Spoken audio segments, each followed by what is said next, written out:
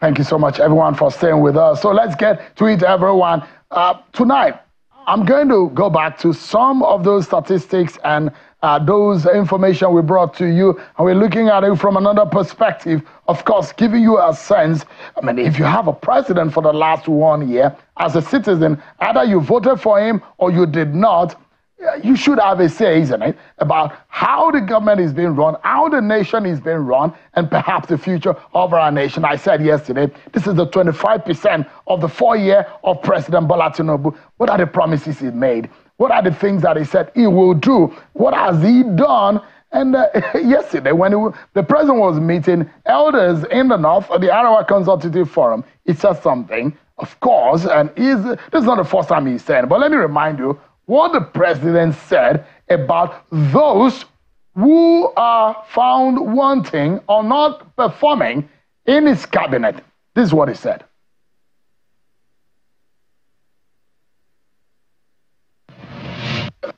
Our strength and opportunity is in our population. One thing I need to really appeal for. I want to thank so many of my colleagues in the cabinet. Yes, I'm the boss, I chose them. I can relieve them of their duty anytime I feel they are failing. But we are together talking about Nigeria. All right. And those who said the president, not only anytime you want, some are even saying now, because it is an urgency of the time because of the situation of the country, some of which I will be showing you in a short while. I'm being joined by Dr. Hussein Abdul, who is a governance, development, and humanitarian specialist and a scholar. He joins us live here in our studio. Thank you so much, Dr. Abdul, for joining us tonight. Thank you, sir. Thanks for having me. I think a good way for us to begin is to remind everyone, where did we start from? What are the promises that this government made? And it was an 80-page document titled The Renewed Hope Agenda. But look at it. Under national security, they made it clear the things they said they would do. Creation of anti-terrorist battalions, upgrade of tactical communication and logistics, upgrade of a weapon system. In fact, they talked about how much they will reform and reposition the Nigerian police. They said they will put more boots on the ground. They will employ more police officers. They also talked about the economy, how 10% of GDP growth based on the 2021 World Bank data is what they are targeting, which came out very strong for me. And later on, we'll look at how much of GDP growth we've seen in the last year. But again, under the economy, you look at some of the things that they said they would do. We started seeing that there's a civil service reform and reduction of the cost of governance. Your Orosaya report. But how far has that come, Dr. Abdul? Critical economic levers, housing, agriculture, oil and gas, digital economy, sports, infrastructure. These are very critical. They said they will review a whole lot of things. It looks to me that the government or the Bola Tinubu as a candidate wanted to do a lot of reforms. He saw a lot of loopholes and gaps in there. He had the intention, and this is a document. This is a summary of the document that they had earlier on. So you look at it. They said they were going to do a lot of things. Estimated billing, they said they are going to eliminate it. They're going to do a whole lot of stuff as regarding those drivers of the economy. Human capital development, institute a pilot student loan regime. But tonight, I'll be talking to the managing director of the NEL Fund. He's already started. They say a lot of people have now applied for it. Let's go further to look at some of the things that they said they will do. Implementation of the mandatory health insurance scheme to cover at least 40% of the population within 2 years. We have a young man who is in charge of that, and Ali Pate. He's the Minister of Health.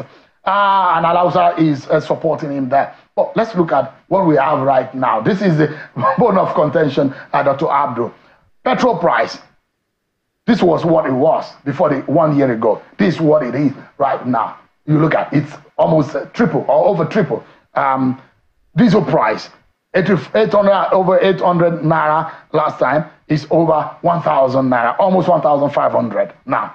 Look at food inflation, 24%. 40%. That is what we have on food inflation. What about the inflation itself? This is what we get. 22% was what we had, 33% now. Foreign reserves, 35%, is depleted by 3 billion. Exchange rate, 461. 1,000, over 1,400 as of today. Public debt, this is what we had. It's increased now. They borrowed more money in the last 1 year. Oil production, it has somewhat increased from 1.18 million averagely per day to 1.28 million. And interest rate, this is a major problem for this government. They try, the fiscal and the monetary policies, try to make sure that things, flotation of the economy, unification of the naira, but this is where we are. 18% then, 26% now. GDP growth rate, don't forget what they said they will do. They said 10%, that's the estimation. But now, this is what we have, 2.98%. But, Doc, in your own general analysis of things, because the fundamentals of all of this in governance is that if you say you will do something, the people, isn't it, are supposed to be at the center of it. But are the people who are at the receiving end feeling better now than Bola Tinubu met them 1 year ago? Surely the people are not feeling better, and I don't think that the government is even pretending about it. On several occasions, we've had the president and even the ministers acknowledging the difficulty of the situation in the country and recognizing that things are tough, but what they want to see is that is a toughness that will probably generate a better condition for the people. But Nigerians are hard done on this kind of situation and history. Nigeria has had a long-standing history with a crisis of economy, and that when things go down, they never come back, never. And that's the history, and that's a very significant challenge.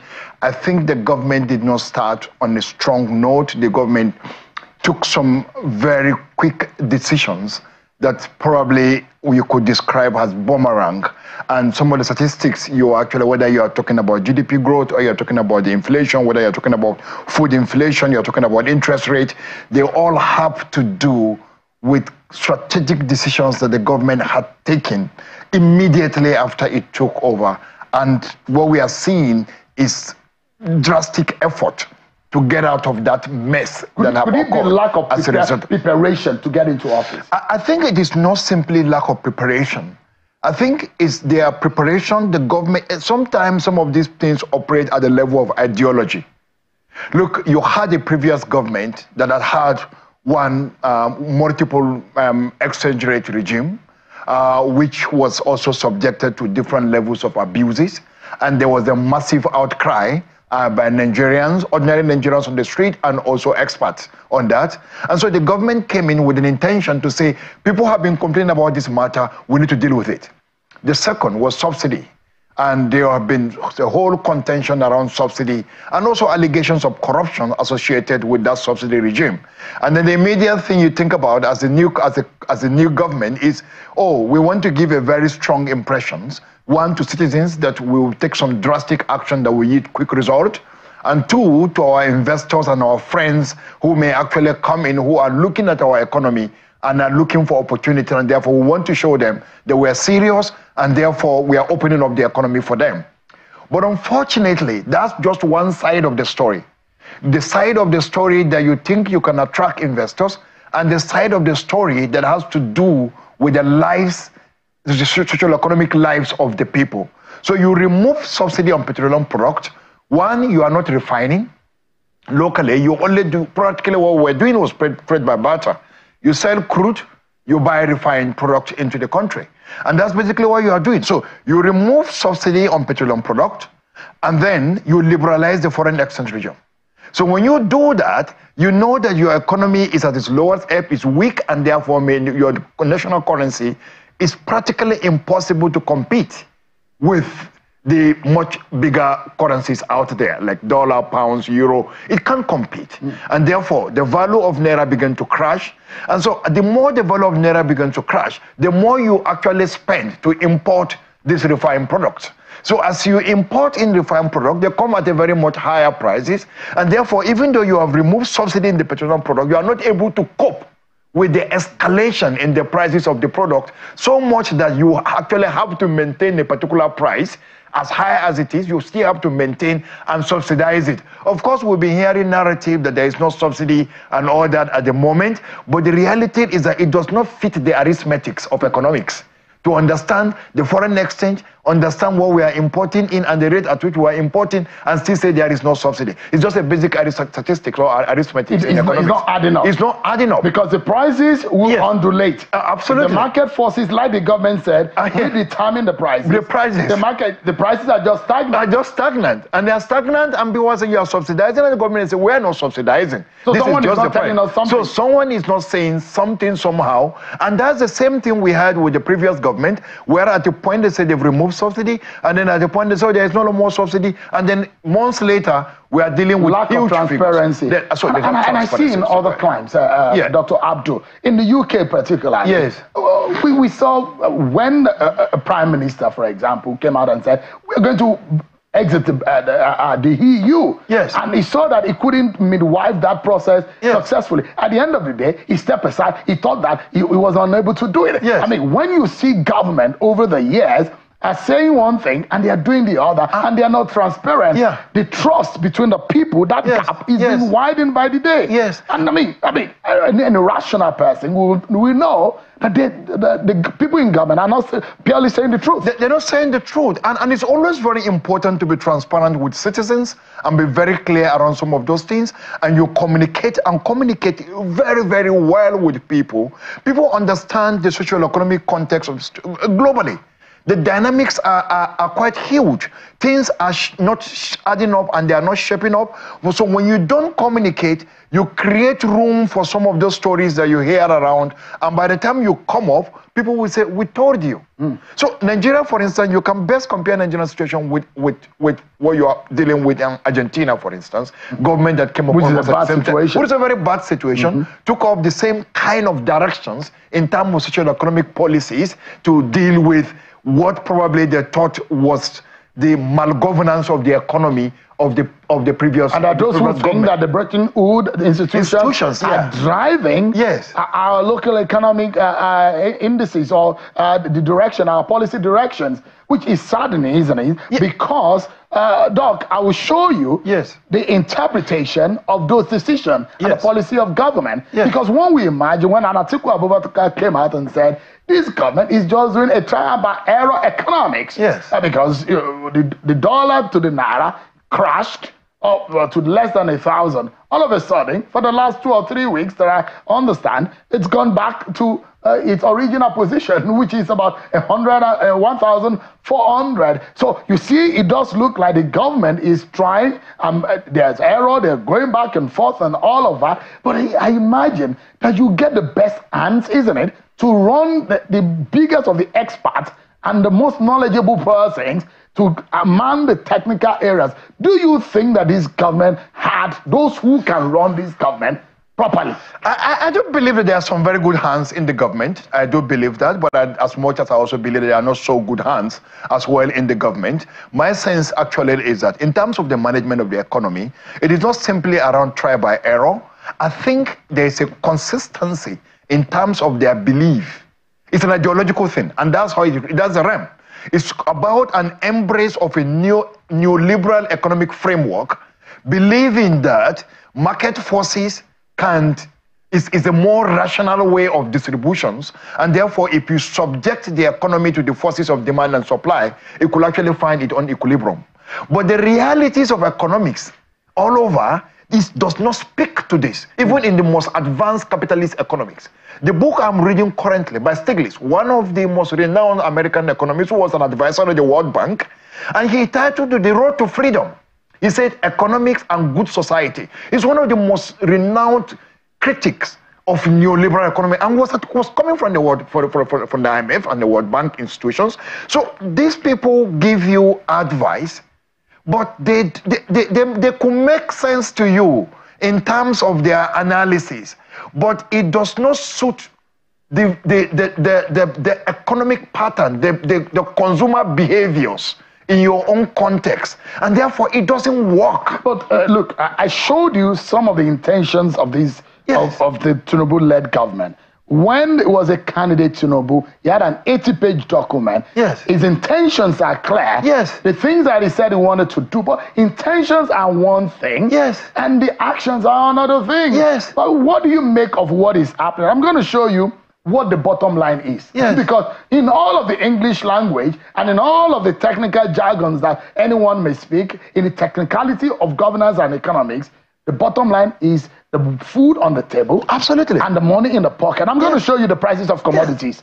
And that is very fundamental, isn't it? Because the biggest and the greatest of the population of the people, if they are in pain, and the government has said, look, what we are doing right now is going to be like the pain of childbearing, which at the end of the day, you will start laughing. You remember Obasanjo told us, Obasanjo mentioned this. He said, look, reforms are difficult and they're hard. That is more like a Yoruba tribal mark.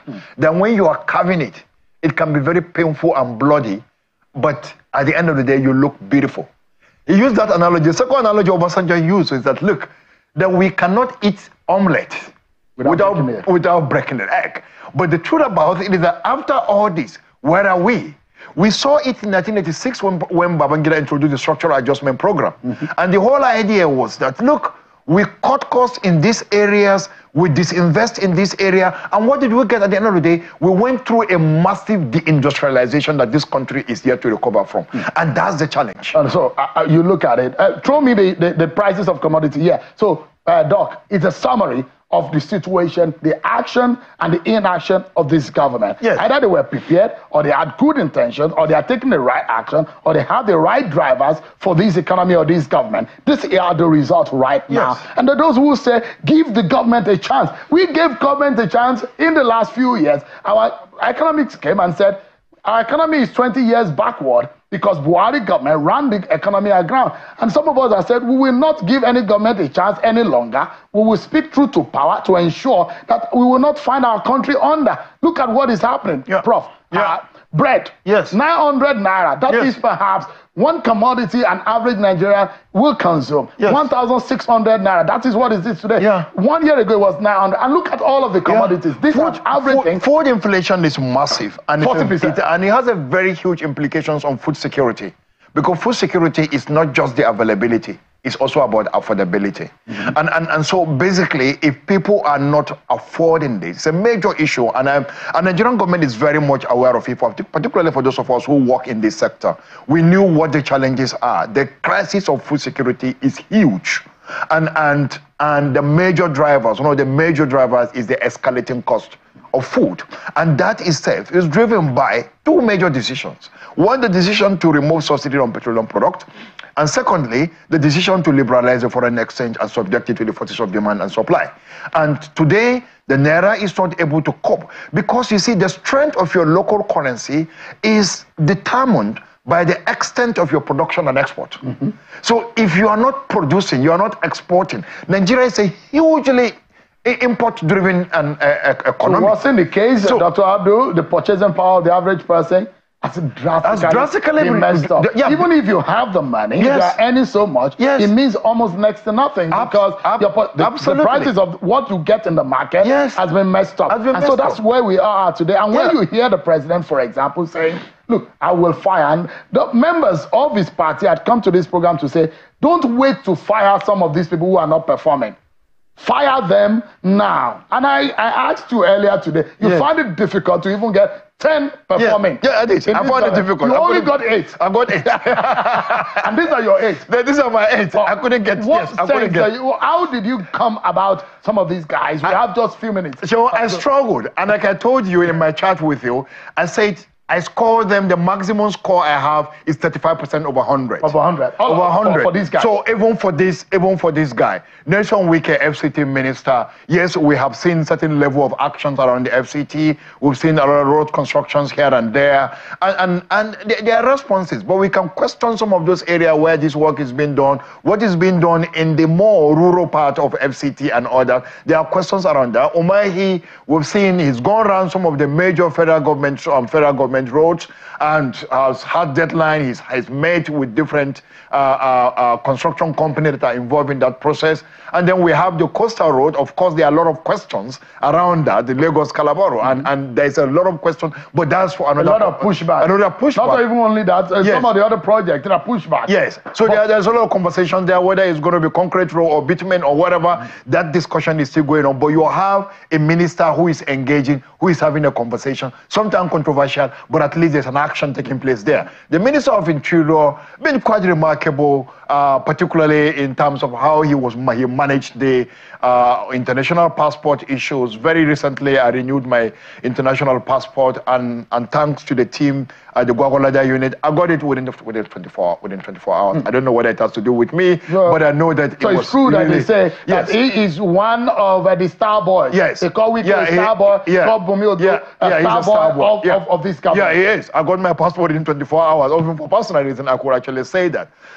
Sabi Abdullahi, yes, quite the whole conversation. Minister of State for that Minister of State for Agriculture. He got on your list. Yeah, he got on my list because of the level of engagement. I work in the development sector, and I see him having conversation with us. He's leading in the engagement on food security. He's leading engagement on nutrition, and that's quite commendable on his side. Right. The Minister of Health ordinarily supposed to be one of the star, one of the technical people in this government. It's been a struggle, to be honest. But again, the whole idea, you could see when you engage in conversation, you could see clear intention, you could see clear strategy. But yes, rolling that out can be a bit challenging, but he's trying in terms of pulling resources together, in terms of defining common agenda for development partners. I think he's been doing quite well. The Attorney General and the Minister of Justice. And the Minister of Justice. I think his decision to go to Supreme Court in terms of local government autonomy was for me a major mark. He's sued with some Nigerians who don't want the old national anthem brought back. Because how can you bring a national anthem that was composed, written by foreigners, as against the one written by Nigerians? That's a different... He said no, it shouldn't happen. Yes, exactly. So I think for me, it's also one of the stars of this government. It's calm, it's nuanced, and even if you look at the work being done at the level of EFCC, it can also be very encouraging because that agency also supervises the EFCC.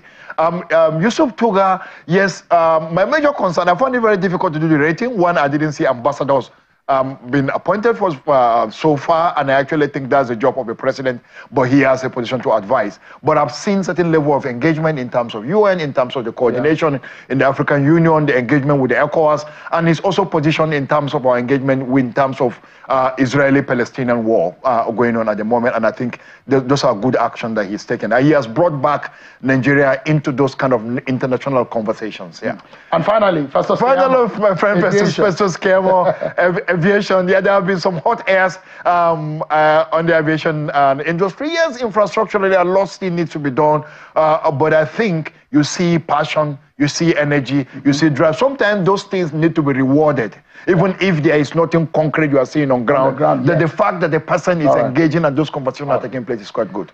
Doc, we are totally out of time. But for you, as far as you're concerned, these guys don't have any business to be in this cabinet. Honestly, the last 1 year, I honestly don't think they've not performed. They don't have. Bosun, for me, innovation and digital economy. That's the in thing. That's the main driver. He has a fantastic document, but I'm surprised that you're not seeing anything. I'm not seeing that just yet. If you say you are leading on innovation, you are a major key to the government of. So you are expecting us to see tangible. I'm trying to see. I'm expecting to see tangible, and I'm not seeing that. I walked around. I tried to check with the Minister for State for gas resources. I struggled.